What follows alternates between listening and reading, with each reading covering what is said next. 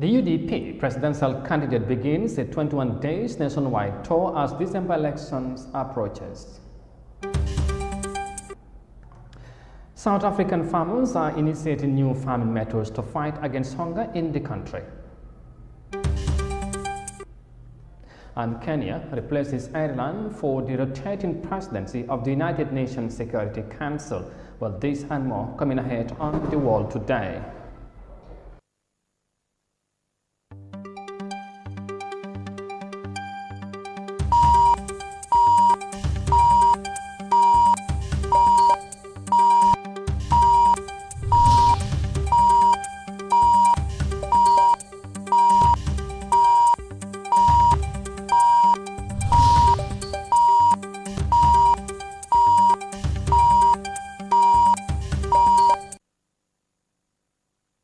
Hello, this is Africa TV and you are watching the World Today News Bulletin. I am Amadou Kante. Many thanks for joining us, and now the news in detail. Now, the leader of the United Democratic Party, lawyer Ousainou Darboe, on Monday embarked on a 21 days nationwide tour. The tour will center on the 5 points agenda that was launched in August, the manifesto and policies of the party as the presidential elections approaches. Binti Jallow has more details of that in this report. Democratic Party commenced a nationwide tour to educate the masses on its 5-point agenda.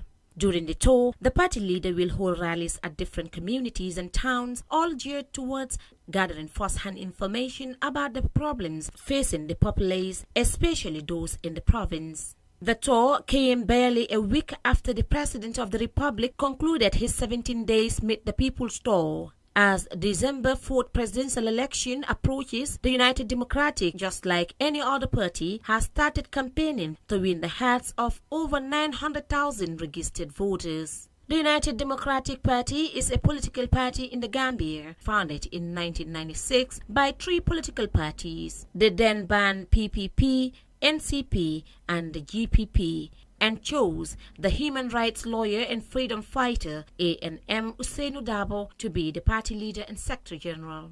The UDP party came second with 32.6% of the popular vote in the 2001 presidential election and 26.7% in the 2006 presidential election.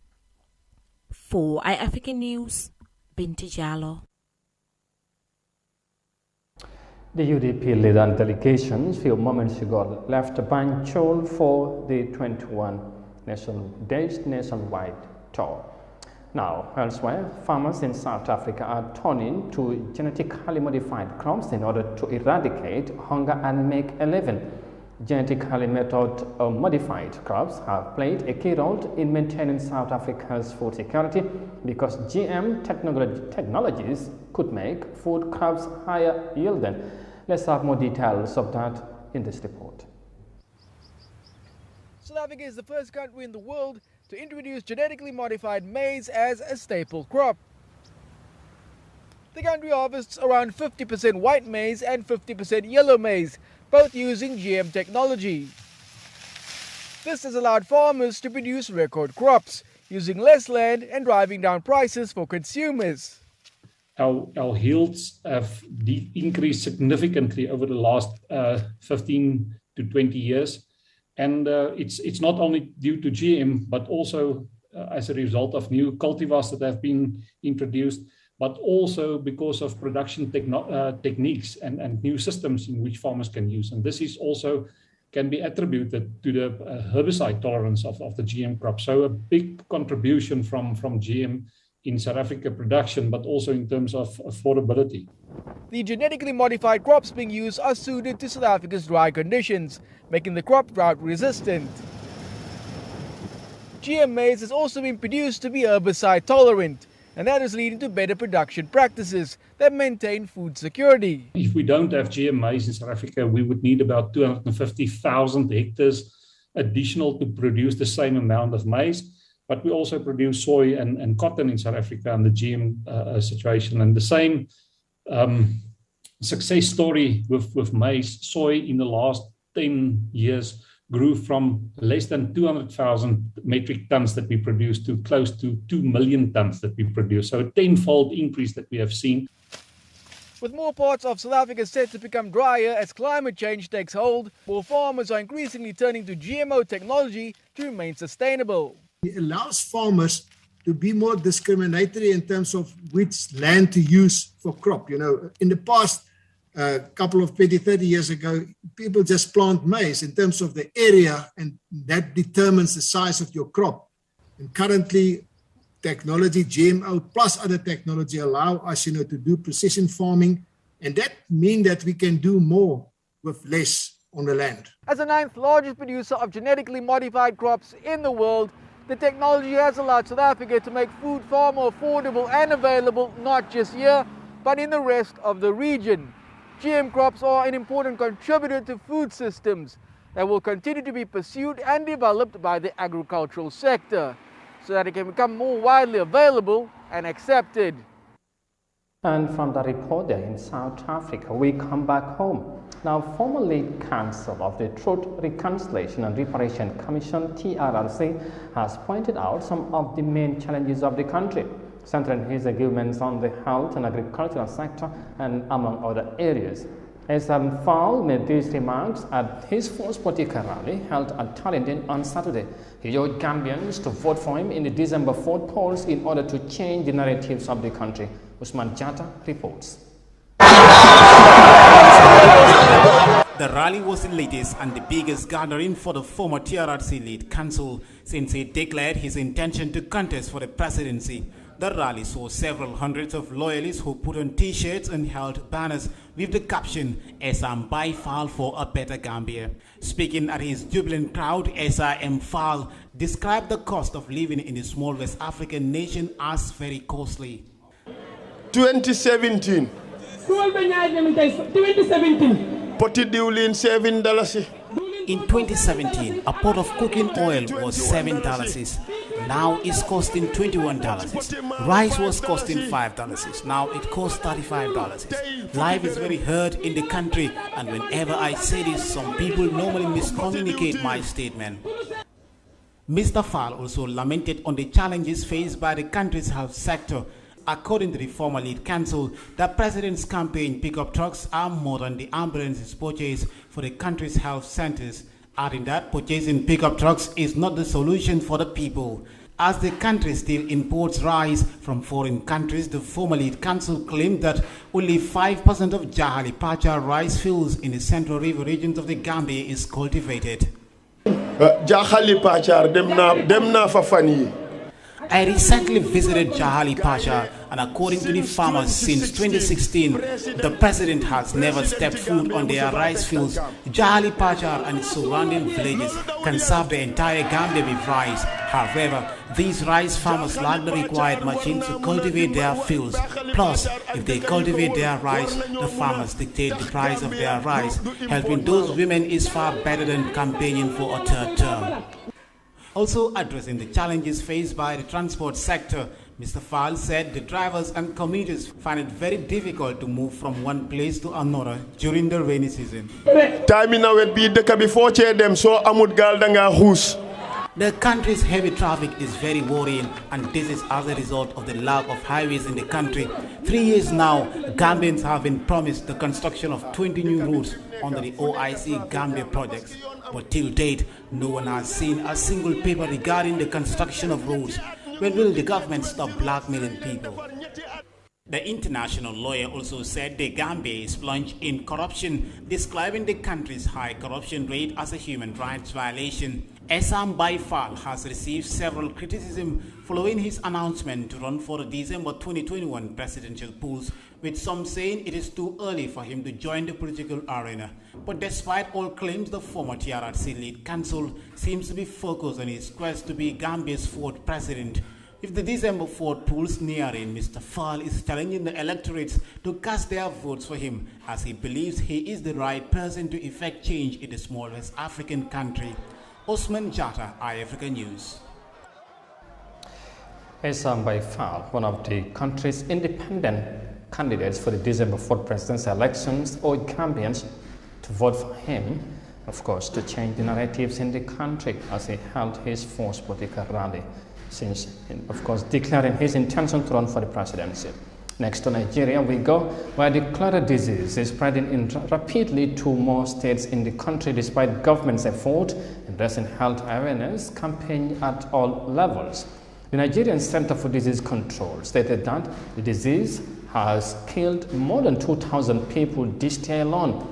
The situation is blamed on poor access to potable water and weak health infrastructure in the country. Here's more details of that in this report. David Amodu is a medical doctor and member of a non-governmental organization. He is involved in the hand-washing campaign as a result of cholera outbreaks in the Utan community in Jos, north central Nigeria. So in Plateau State, we had about 1,000 cases in the last 9 months. And then 2 months ago, we had about 290 cases. And then in the Utan community, about 5 cases have been reported. And sadly, these individuals lost their lives. So it's really a burden to the community because you have people who are supposed to go about their livelihoods, who are supposed to be productive in the community, but because of cholera, they cannot. Nigeria's Center for Disease Control says cholera has killed over 2,300 people this year alone. It has infected over 60,000 more, mostly children. It's Nigeria's worst cholera outbreak since 2017. The disease is caused by contaminated water, illicit waste disposal and poor sanitation. If untreated, it can lead to death. Members of this community say they don't have access to clean drinking water. A nearby stream is their only source of water. They use it to both wash and drink from, leaving them vulnerable to cholera. A major challenge in the community is the problem of water. And then you would see people coming to streams and going to some sources that are not good to get water. So this is a major predicament in the community. Medical experts are calling on the government and other non-governmental organizations to engage in campaigns about proper hygiene. But providing access to safe water is even more urgent. I think the first thing government can do is to provide adequate water supply for individuals in the community. That means by means of provision of boreholes for communities who do not have access to good drinking water, to make sure that sewage does not get access to water bodies that people use. The government says it has adopted several measures to tackle cholera in the country. The Nigerian Center for Disease Control has activated national cholera emergency operation centers in several parts of the country. The centers are to support states to ensure a coordinated, rapid and effective response to the ongoing outbreak. It is hoped that these efforts will be enough to tackle the rising cholera deaths in the country and curb its spread among citizens. You are watching the World Today News Bulletin live on Africa TV, and from the report there in Nigeria, we will now take a break and come back shortly with the remaining of the story. Stay with us, we'll be right back.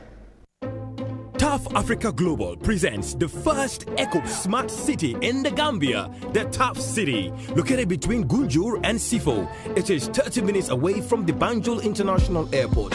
At TAF City, you will be able to live, work, play, and shop in a healthy multi-purpose community. This vibrant urban environment will meet your everyday needs with commercial, business, recreational, and other complementary services to increase the value of your home. With up to 5,000 units of affordable homes on a 500-hectare land, TAF City will be twice the size of Banjul. Prime location, stunning properties, and amazing discount of 20% for the first 50 buyers. Make an appointment today to secure your property. For more information, please call +220-776233 or +220-376-2333, or you can send an email to info@tafafricaglobal.com. Better still, visit our office at Madiba Mall, Bruford Gardens Estate. TAF City, a green and smart city accessible to all. Sama waaj nak yaa ngi bëgg a yàgg ci dëkk bi sa holiday yi gudd na lool sax vacances yi yàgg na waaye dama ne naa ñibbisi ci sama réew investir wax nga dëgg sa saafara man maa ko yor jógal ñu dem topp ma ci sama waaj da ngaa bëri pexe de topp ma.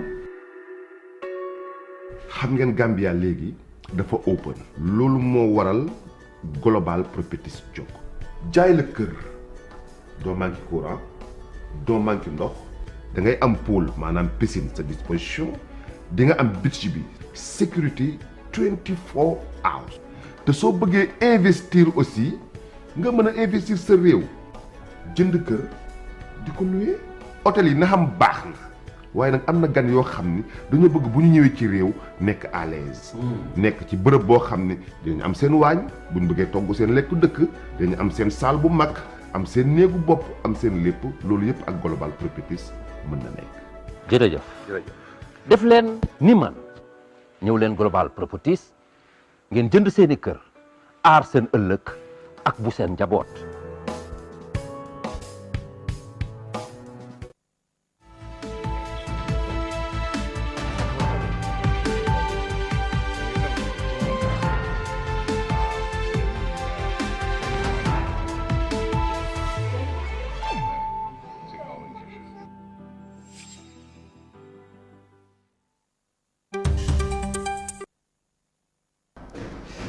Welcome back, and once again, many thanks for joining us. And now to the rest of the stories. Now, Kenya has replaced Ireland for the rotating presidency of the United Nations Security Council for the month of October. The East African country was elected by the General Assembly in June 2020 for a 2-year term as a non-permanent member, alongside India, Ireland, Mexico, and Norway. Let's have more details of that in this report. This latest development came 9 months after Kenya joined the 15-nation body that is responsible for maintenance of international peace and security. Kenya chairs the council at a time when there is growing concerns over the distribution of vaccines across the globe, of which Africa is least considered. The Eastern African nation will preside over the affairs of the UN Security Council for 1 month starting October 1st, 2021 to October 30th, 2021. Speaking on his country's achievement, President Uhuru Kenyatta expressed delight for Kenya's supervision of the United Nations Security Council's affairs. 9 months ago, Kenya joined the United Nations Security Council, the principal global organ in the maintenance and promotion of international peace and security. I am delighted to inform you that the nation, in October of this year, will achieve the highlight of our 2-year tenure on the Security Council by presiding over the Council's affairs. The Kenyan leader also reiterated his government's commitment in fulfilling its contributions to the UN Security Council in helping to tackle the global challenges. He said he is looking forward to negotiating bilateral positions that will foster peace and prosperity for the region, continent, and the world. I wish to reaffirm that our contributions to the United Nations Security Council will continue to be anchored in an enduring hope and firm belief that together we can create a better world. I look forward to joining with other world leaders at the Security Council in addressing the intractable challenges to peace, security, and development that our world faces. I also look forward to negotiating multilateral positions that will secure peace and prosperity for our region, our continent, and the world. Kenya has played a central role in regional peace initiatives and has led the Somalia and Sudan peace processes. The Security Council takes the lead in determining the existence of a threat to the peace or act of aggression. The Council can also resort to imposing sanctions or even authorize the use of force to maintain or restore international peace and security. Reporting for Africa News, I am Amadou Kante. And from that report, let's end this news bulletin with some interesting news from Tanzania. Now, in a bid to ensure that disabled people are integrated into society, Tanzania hosted Africa's first beauty pageant for hearing impaired people. Mr. and Mrs. Deaf Africa beauty pageants brings together 30 contestants from different African countries. The United Nations estimates indicates that as of 2021, there are 136 million people with some degree of hearing problems in Africa. Let's have more details of that in this report. At first glance, this is a beauty pageant like any other. Enveloped in the glitz and glamour is the fact that the contestants here are unable to hear the music accompanying their catwalks. Organizers of the Miss and Mr. Deaf Africa competition say the aim is to get young people with hearing impairments on the African continent noticed. Some of them know football, they know a little bit of basketball, so they have also opportunities to showcase their talents, maybe in sports, but also in culture, various cultural perspectives. Because some of them are very good in terms of tailoring, in terms of designing clothes. Some of them have designed their own clothes today. So I think they have multiple talents. People can pick and develop them. The competition pitted 30 contestants from 12 African countries against each other. The winner of this year's Miss Deaf Africa believes winning the competition is a step towards changing the negative perceptions around deaf people in Africa. I believe it will change, and that is through the advocacy that we are doing in Africa with the deaf, and also to show people outside the world, the Africa, that also deaf can do anything and everything, and they should stop thinking that we can't do anything, so we can get opportunity. The United Nations estimates that as of 2021, there are some 136 million people with some degree of hearing loss in Africa. It projects that that number could climb up to 332 million people by 2050. Organizers of this event hope that when this competition is over, contestants can use their skills to make a living for themselves and improve their livelihood. It is also a platform to build a bridge between the deaf community and the hearing people. Deaf people in Africa are often isolated and denied opportunities that could lead to a financially independent and fulfilled life. Some in the deaf community see being seen in a positive light as critical to their advancement in society. When you see a deaf person doing something victorious, it's very easy for society to be awakened and for them to get respect for the good deed. I believe it is one of the ways of getting more respect. Winners of the competition will represent Africa at the Miss and Mr. Deaf World Competition. Many in the deaf community hope such competitions will give them something to celebrate about. And from that very inspiring and interesting report from Tanzania, we finally bring this news edition to an end. But for more details on this and other stories, as always, as ever, you can visit on our website on africa.tv. But for now, many thanks for the privilege of your company. Thanks for watching. Stay safe and bye for now.